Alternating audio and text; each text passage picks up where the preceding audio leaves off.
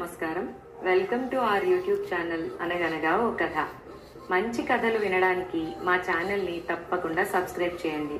అలాగే మీ friends and ఫ్యామిలీకి share చేయండి. ఇవాల్టి మన చందమామ కథ పేరు చిరాయువు. అనగనగా ఒక రాజ్యంలో ఒక చిన్న రాజుకు 3 కొడుకులు ఉండేవారు. వారిలో 3వవాడు కుశలుడు. అతను ఒకనాడు తన తండ్రితో, నాకు ఈ దేశంలో ఉండాలని లేదు.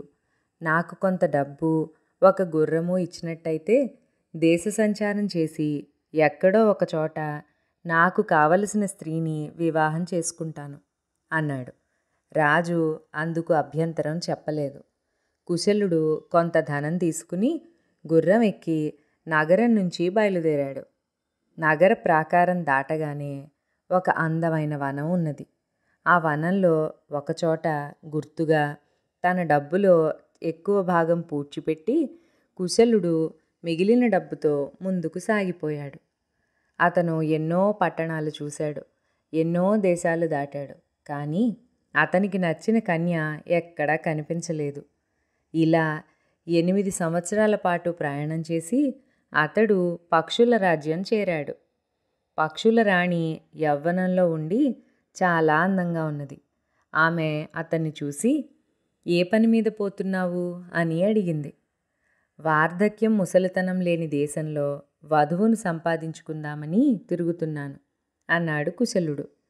పక్షుల రాణి నవ్వి, ఈ దేశంలో ముసలితనం లేదు అన్నది. ఎలా చెప్పగలవు అని అడిగాడు కుశలుడు. ఇక్కడ ఉన్న ఈ మహారణ్యాన్ని చూసావా? ఇదంతా కొట్టేసినప్పుడు కానీ ఈ దేశంలోకి ముసలితనం అడుగుపెట్టదు అన్నది పక్షుల రాణి. అలా అయితే నేనిక్కడ ఉండలేను.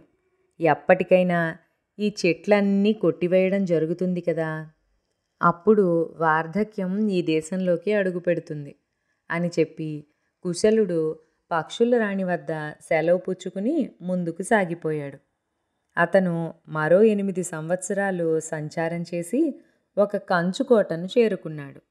ఆ కోటలో నుంచి ఒక అందమైన యువతి వచ్చి కుశలుణ్ణి చూసి, స్వాగతం, నేను నీకోసమే ఎన్నో ఏళ్లుగా ఎదురుచూస్తున్నాను అన్నది. ఆమె అతని గుర్రాన్ని తీసుకుపోయి కొట్టంలో కట్టేసి దానికి ఉలవలు పెట్టింది. కుశలుడు ఆ రాత్రి ఆమెకు అతిథిగా ఉండి తెల్లవారుజామునే లేచి తన గుర్రానికి జీను తగిలించి ప్రయాణమయ్యాడు. ఆమె అతని ప్రయాణ సన్నాహం చూసి, ఇంత పెందరాళ్లే గుర్రానికి జీను వేస్తున్నావేమిటి? ఎక్కడికి వెళ్ళబోతున్నావు అని అడిగింది. ముసలితనం లేని చోటికి అన్నాడు కుశలుడు. అలా అయితే నువ్విక్కడే ఉండిపోవచ్చు, ఇక్కడ ముసలితనం లేదు అన్నదామె. ఎలా చెప్పగలవు అని ఆమెను అడిగాడు కుశలుడు. ఆ కొండలు చూసావా దూరంగా? అవి అన్నీ అరిగిపోయి దుమ్ము ధూళిగా మారి నేలమట్టం అయ్యేదాకా ఇక్కడ ముసలితనం అడుగుపెట్టదు అని చెప్పింది. ఎప్పుడో ఒకనాటికి ఆ కొండలు అరిగి నేలమట్టం కాకపోవు, అప్పుడు ముసలితనం వచ్చి తీరుతుంది అని కుశలుడు అక్కడి నుంచి కూడా ముందుకు సాగిపోయాడు. వెళ్ళగా వెళ్ళగా అతనికి ఒక గుడిసె తగిలింది. కుశలుడు గుర్రం దిగి గుడిసెలో ప్రవేశించాడు. లోపల ఒక కుర్రవాడు కనిపించి, ఏం కావాలి అని అడిగాడు. ముసలితనం లేని చోటు కోసం వెతుకుతున్నాను అన్నాడు కుశలుడు. నీకు కావలసిన చోటుకే వచ్చావు, ఇదే ఆ చోటు, ఇక్కడ ముసలితనం అడుగు పెట్టలేదు అన్నాడా కుర్రవాడు. అయితే నువ్వెవరు అని కుశలుడు అడిగాడు. నేను గాలిని, నువ్వు మనుష్య ప్రపంచం దాటి చాలా దూరం వచ్చేశావు అన్నాడా కుర్రవాడు. నువ్వు ఒప్పుకుంటే శాశ్వతంగా నేను ఇక్కడే ఉంటాను అని కుశలుడు చెప్పాడు. కుశలుడు అదే గుడిసెలో చాలా ఏళ్ళు జీవించాడు. అతని వయసు ఏ మాత్రము పెరగలేదు. అతను గుడిసె దాటి వెళ్ళలేదు. కానీ గాలి మాత్రం రోజూ వెళ్ళి ఎక్కడెక్కడో తిరిగి వస్తూ ఉండేవాడు. అస్తమానము గుడిసెలో ఉండడం కుశలుడికి విసుగు పుట్టింది.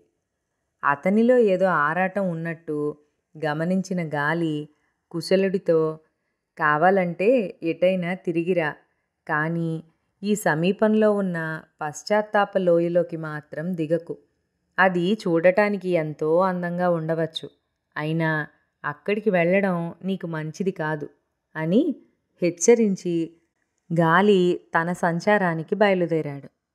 ఈ మాట విన్నదే తడవుగా కుశలుడికి ఆ లోయ ఏమిటో చూడాలనిపించింది.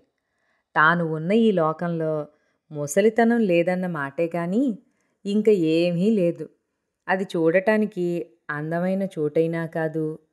ఈ పశ్చాత్తాప లోయలో ఎన్ని వింతలైనా ఉండవచ్చుననుకుని కుశలుడు అక్కడికే బయలుదేరాడు.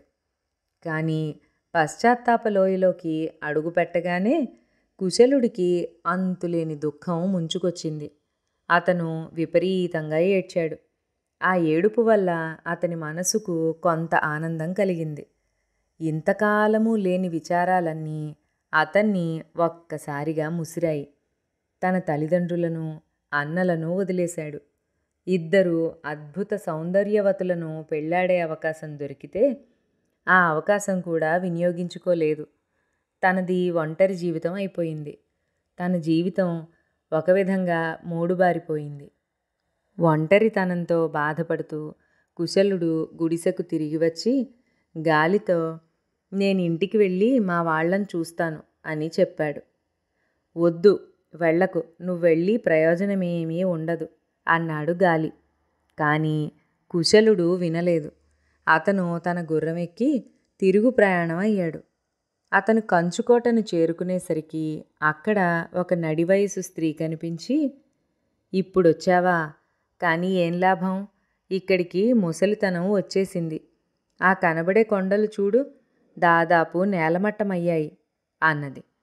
నిజమే, నేనిక్కడే ఉండిపోవలసింది, అందుకు ఇప్పుడు బాధపడుతున్నాను అని కుశలుడు ఆమె వద్ద సెలవు తీసుకుని కొద్దిసేపటికల్లా పక్షుల రాణి ఉండే చోటికి చేరాడు.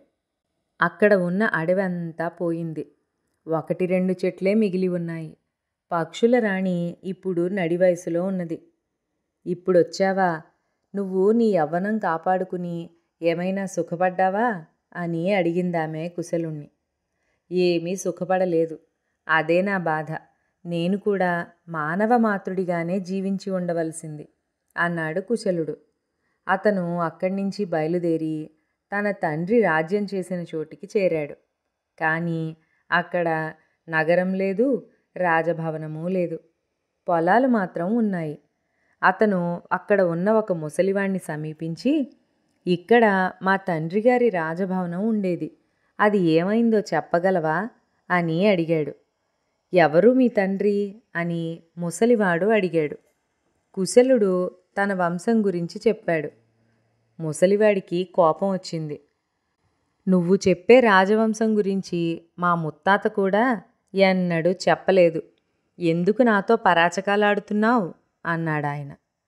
నేను నిజమే చెబుతున్నాను, ఇక్కడెక్కడో నేను పాతిపెట్టిన డబ్బు ఉండాలి, అది చూస్తే నువ్వే నమ్ముతావు అంటూ కుశలుడు తాను డబ్బు పాతిపెట్టిన చోటు కోసం చాలాసేపు చుట్టుపక్కల వెతికి పట్టుకున్నాడు. అతను అక్కడ గుంట తవ్వి తాను పాతిపెట్టిన డబ్బు తీసి బయటకి చూపించాడు. కానీ ఆ డబ్బు కింద ముసలితనం కనిపెట్టుకుని కూచుని ఉండి, ఇప్పటికి దొరికావా అని కుశలుణ్ణి భూమిలోకి లాక్కుపోయింది. గుంట బయట ఉన్న ముసలివాడు ఆ డబ్బును పరీక్షగా చూసి, ఇది ఈ యుగానికి చెందింది కాదు అనుకుని గుంటకేసి చూసేసరికి ఆ గుంట తవ్విన కుశలుడి జాడ వాడికి కనపడలేదు. ప్రపంచంలో ఎన్ని విచిత్రాలు అనుకున్నాడా ముసలివాడు. ప్రకృతి విరుద్ధంగా బతకాలనుకోవడం ఎంత ప్రమాదకరమో ఈ చిన్న కథ మనకి చెప్తుంది. అలాగే సొంతవారు లేకుండా దీర్ఘాయువుగా బతకడం కూడా ఎంత వ్యర్థంగా అనిపిస్తుందో ఈ కథ మనకి చెప్తుంది. మరొక మంచి కథలో మళ్ళీ కలుసుకుందాం. ఈలోపు మీరు ఈ కథను నచ్చితే లైక్ చేసి మీ ఫ్రెండ్స్ అండ్ ఫ్యామిలీకి షేర్ చేయండి.